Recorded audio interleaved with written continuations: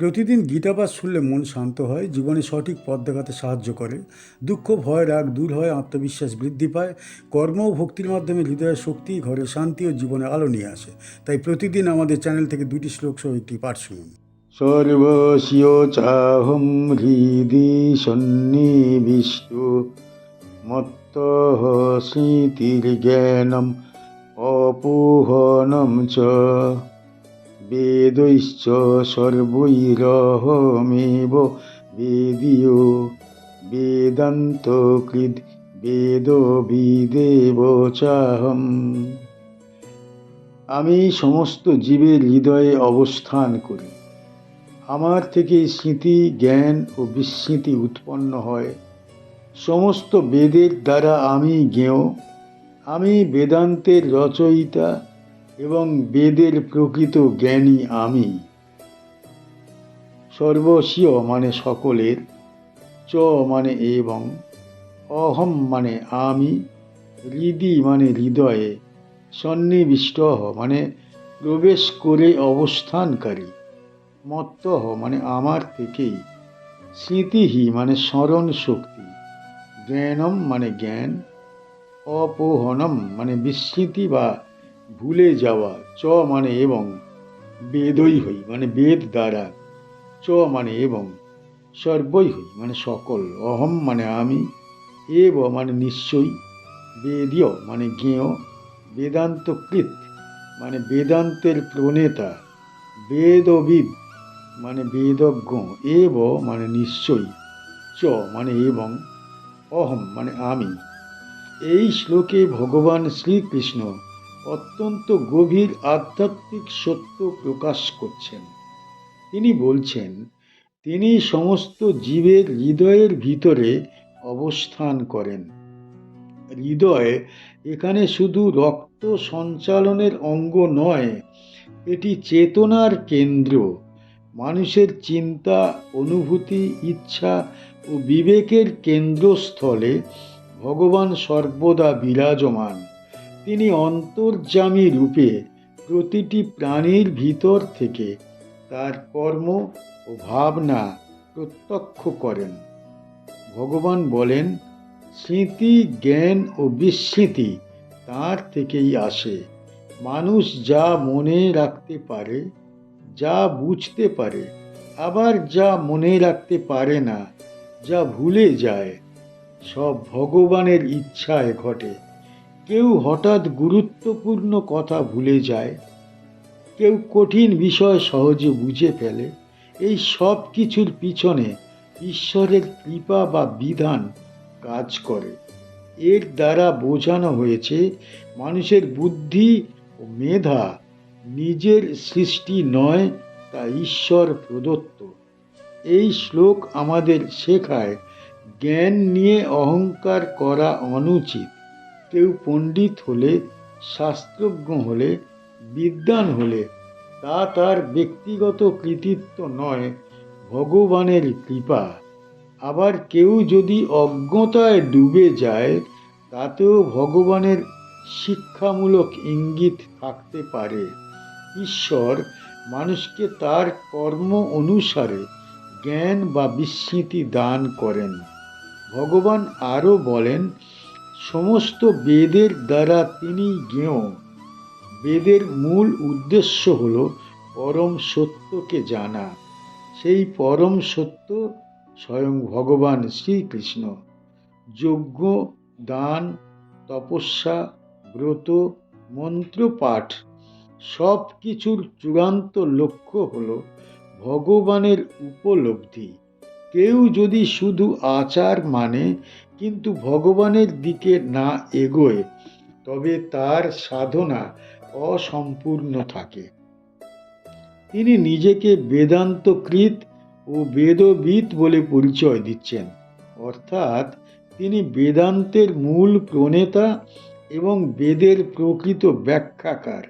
মানুষ নানান ব্যাখ্যা দিতে পারে, নানান মতবাদ সৃষ্টি করতে পারে, কিন্তু চূড়ান্ত সত্য একমাত্র ভগবানই জানেন।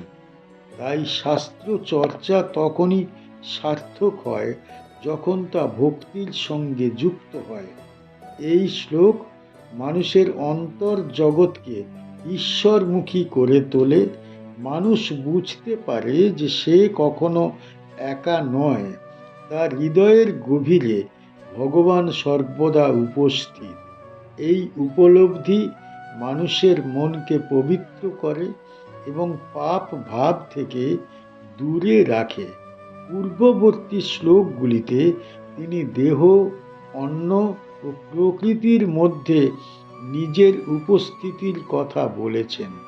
এই শ্লোকে তিনি আরও গভীরে গিয়ে হৃদয় ও বুদ্ধির মধ্যে নিজের অবস্থানের কথা প্রকাশ করছেন। এই প্রসঙ্গে অর্জুনকে বোঝানো হচ্ছে যে বাহ্য জগৎ, দেহ ও মন সব স্তরেই ঈশ্বর বিরাজমান। তাকে জানা মানে প্রকৃত জ্ঞান লাভ করা। এই উপলব্ধি মুক্তির পথে নিয়ে যায়। কি শিখতে পারি এই শ্লোক থেকে? এই শ্লোক থেকে আমরা শিখি যে ভগবান আমাদের হৃদয়ের মধ্যে সর্বদাই উপস্থিত। তাই বাহ্যভাবে ধর্ম পালন করলেও অন্তরে শুদ্ধতা বজায় রাখা অত্যন্ত গুরুত্বপূর্ণ। কপটতা ও ভণ্ডামি ঈশ্বরের কাছে গোপন থাকে না। আমরা আরও শিখি যে জ্ঞান ও স্মৃতির জন্যে ভগবানের কাছে কৃতজ্ঞ থাকা উচিত। বিদ্যা লাভের পর অহংকার না করে বিনয়ী হওয়া ধর্মের লক্ষণ। নিয়মিত প্রার্থনা ও জপের মাধ্যমে বুদ্ধিকে পবিত্র রাখা কর্তব্য। এই শ্লোক আমাদের শেখায় শাস্ত্র পাঠের মূল উদ্দেশ্য ভগবানের উপলব্ধি। শুধু মুখস্থ বিদ্যা বা তর্কবিদ্যা আত্ম উন্নতির পথ নয়। ভক্তি ও জ্ঞানের সমন্বয়ে সত্য সাধনা সম্পূর্ণ হয়। আমরা আরও শিখি জীবনের প্রতিটি সিদ্ধান্ত নেওয়ার সময় অন্তরে ঈশ্বরকে স্মরণ করা উচিত। তখন ভুল পথের সম্ভাবনা কমে যায়। সবশেষে এই শ্লোক আমাদের শেখায় আত্মবিশ্বাস ও ঈশ্বর বিশ্বাস একসঙ্গে লালন করতে হয়। যখন মানুষ জানে ভগবান তার হৃদয়ে আছেন এবং তাকে পথ দেখাচ্ছেন, তখন সে দৃঢ় চিত্তে ধর্মপথে অগ্রসর হতে পারে। ত্বাবিমৌ পুরুষৌ লোকে স্বরক্ষাক্ষর এব চ ক্ষরঃ সর্বাণি ভূতানি কূটস্থ উচ্যতে। এই সংসারে দুই প্রকার পুরুষ আছে, একজন ক্ষর, একজন অক্ষর। সমস্ত নশ্বর জীব ক্ষর পুরুষ নামে পরিচিত, আর যিনি অবিচল ও অপরিবর্তনীয় তিনি অক্ষর পুরুষ নামে পরিচিত। দ্বৌ মানে দুই, ইমৌ মানে এই, পুরুষৌ মানে দুই পুরুষ, লোকে মানে এই সংসারে, স্বরহ বা নশ্বর বা পরিবর্তনশীল, চ মানে এবং, অক্ষরহ মানে অবিনশ্বর, অপরিবর্তনীয়, এব মানে নিশ্চয়ই, চ মানে এবং, স্বরহ মানে ক্ষয়প্রাপ্ত হওয়া স্বভাবযুক্ত, সর্বাণী মানে সমস্ত, ভূতানি মানে জীবসমূহ, কূটস্থ মানে স্থির, অবিচল, অপরিবর্তনীয়, অক্ষরহ মানে অবিনশ্বর, উচ্যতে মানে বলা হয়। এই শ্লোকে ভগবান শ্রীকৃষ্ণ মানুষের অস্তিত্বের দুই স্তরের কথা বলেছেন। তিনি বলেছেন এই সংসারে দুই প্রকার পুরুষ আছে, ক্ষর এবং অক্ষর। ক্ষর পুরুষ বলতে বোঝানো হয়েছে সমস্ত পরিবর্তনশীল জীবকে।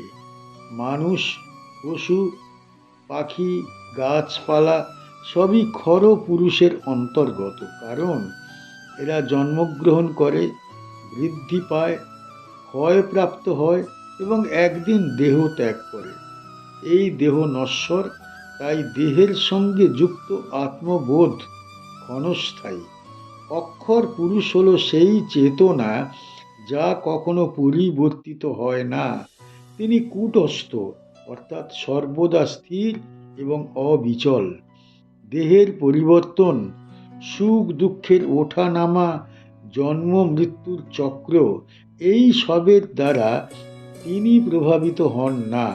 এই অক্ষর পুরুষ হল পরমাত্মার প্রকাশ, যিনি সর্বত্র বিরাজমান এবং সকলের অন্তরে স্থিত।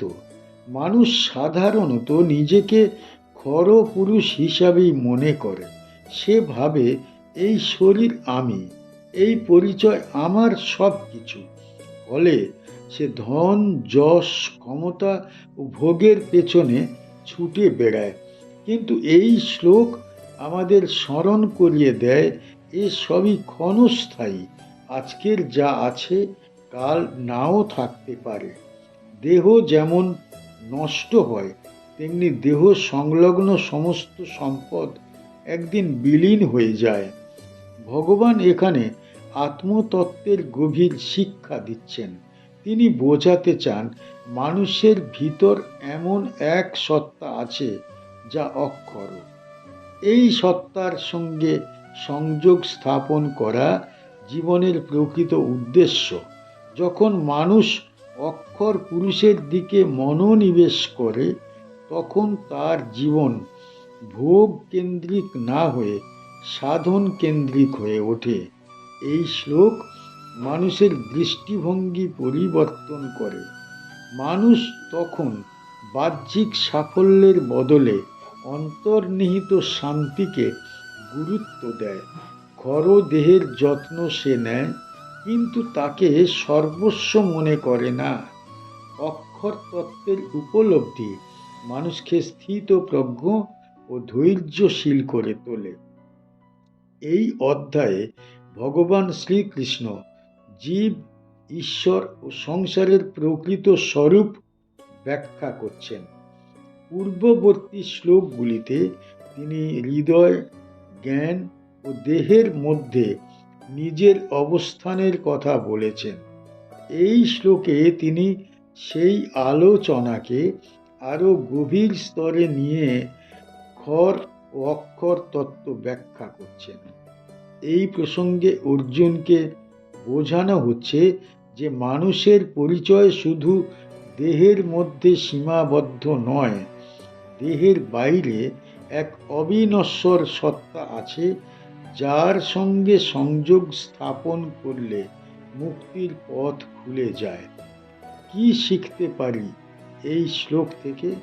এই শ্লোক থেকে আমরা শিখি যে দেহ ও সংসারের প্রতি অতিরিক্ত আসক্তি বুদ্ধিমানের কাজ নয়।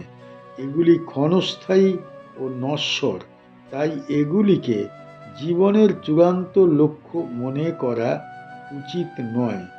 আমরা শিখি যে নিজের ভিতরের অক্ষর সত্তাকে চিনতে চেষ্টা করা উচিত। নিয়মিত জপ, ধ্যান, শাস্ত্রপাঠ ও সৎসঙ্গের মাধ্যমে এই উপলব্ধি গভীর হয়। এই শ্লোক আমাদের শেখায় সুখ দুঃখের সময় স্থির থাকা জরুরি, কারণ এগুলি খর জগতের অংশ। অক্ষর তত্ত্বে স্থিত হলে মন বিচলিত হয় না। আমরা আরও শিখি যে জীবনে বিনয় এবং সংযম পালন করা প্রয়োজন। যখন মানুষ বুঝতে পারে সে নশ্বর দেহের অধিকারী, তখন অহংকার আপনা আপনি কমে যায়। সব শেষে এই শ্লোক আমাদের শেখায় যে ভক্তির মাধ্যমে অক্ষর পুরুষের সঙ্গে সংযোগ স্থাপন করাই মানব জীবনের সর্বোচ্চ সাফল্য। তখন মানুষ জন্ম মৃত্যুর বন্ধন অতিক্রম করে চির শান্তির পথে অগ্রসর হয়। চ্যানেলের গীতা পাঠ কেমন হয়েছে, ব্যাখ্যা কেমন হয়েছে, আপনার কেমন লেগেছে কমেন্ট বক্সে অবশ্যই জানাবেন, এবং প্রতিনিয়ত গীতা পাঠ শোনার জন্য চ্যানেলটা অবশ্যই সাবস্ক্রাইব করে রাখুন। দেখা হচ্ছে পরের ভিডিও।